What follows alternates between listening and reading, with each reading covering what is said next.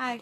Just want to share a story with you that helped me in my marriage, and it was a story that someone told me from one of John Gray's books on relationships. I also want to put out a disclaimer that in sharing this story, I in no way want it to seem like that women should not offer advice and suggestions to their men at appropriate times.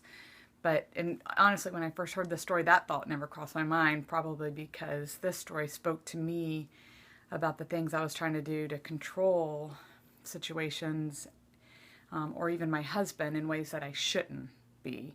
And so it really touched me deeply and helped me to look at things differently when it came to letting my husband choose his way to do certain things, even if it was something as simple as folding towels and putting dishes away or hanging Christmas lights on the house.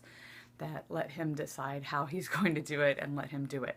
So anyway, the story is there's a knight in shining armor who is a dragon slayer, and he slays a dragon that had been holding a princess captive. So he saves the princess, and the princess's dad, who is a king, and the village that he is king of, they have a great big parade for this heroic knight in shining armor. And they celebrate him and offer him to stay in their village, and he and the princess fall in love, and time goes by, and there's another dragon that needs to be slayed, so he's called out because this is what he does. He slays dragons, and so he grabs his trusty sword, which is what he slayed the first dragon with, and he puts it in the sheath, and he starts to head out to slay the second dragon, and the princess says, "Hey, wait. I don't know if you should use the sword. I kind of think you should use the noose instead. I think the noose would be best."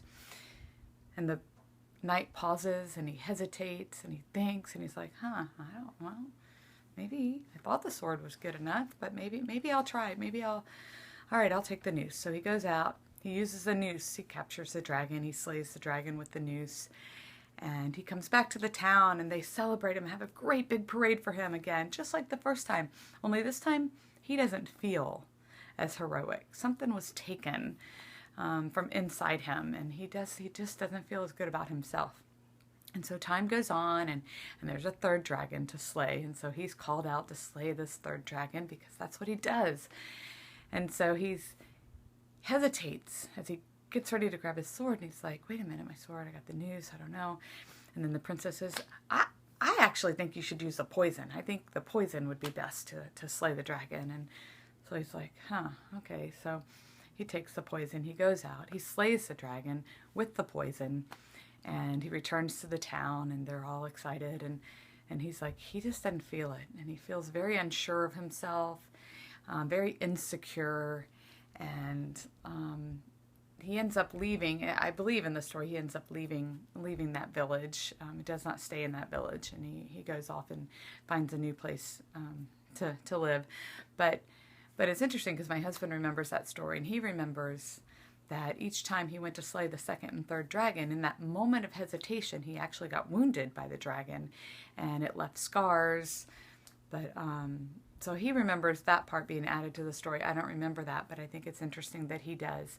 But basically, the story just really touched me as far as just negatively bossing my husband around. Would that be the right way to say it? And just trying to get everything done exactly the way I think things should be done, when in a lot of situations his way really is better, and in a lot of other situations it really just doesn't matter.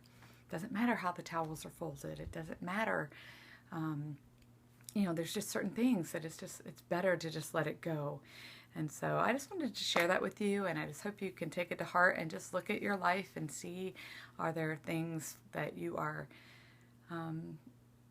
just really stealing the heroism. Men really sometimes just long to be that hero in our lives. And if you've never read, the story didn't come from this book, but Wild at Heart kind of helps explain some of that heroism that men really crave for, and just to make sure that we're not stealing it from them. Okay, so anyway, I hope you have a good week, and I hope throughout this week you just start pondering and noticing any situations that you could change how you are speaking to your husband. So it's good seeing you.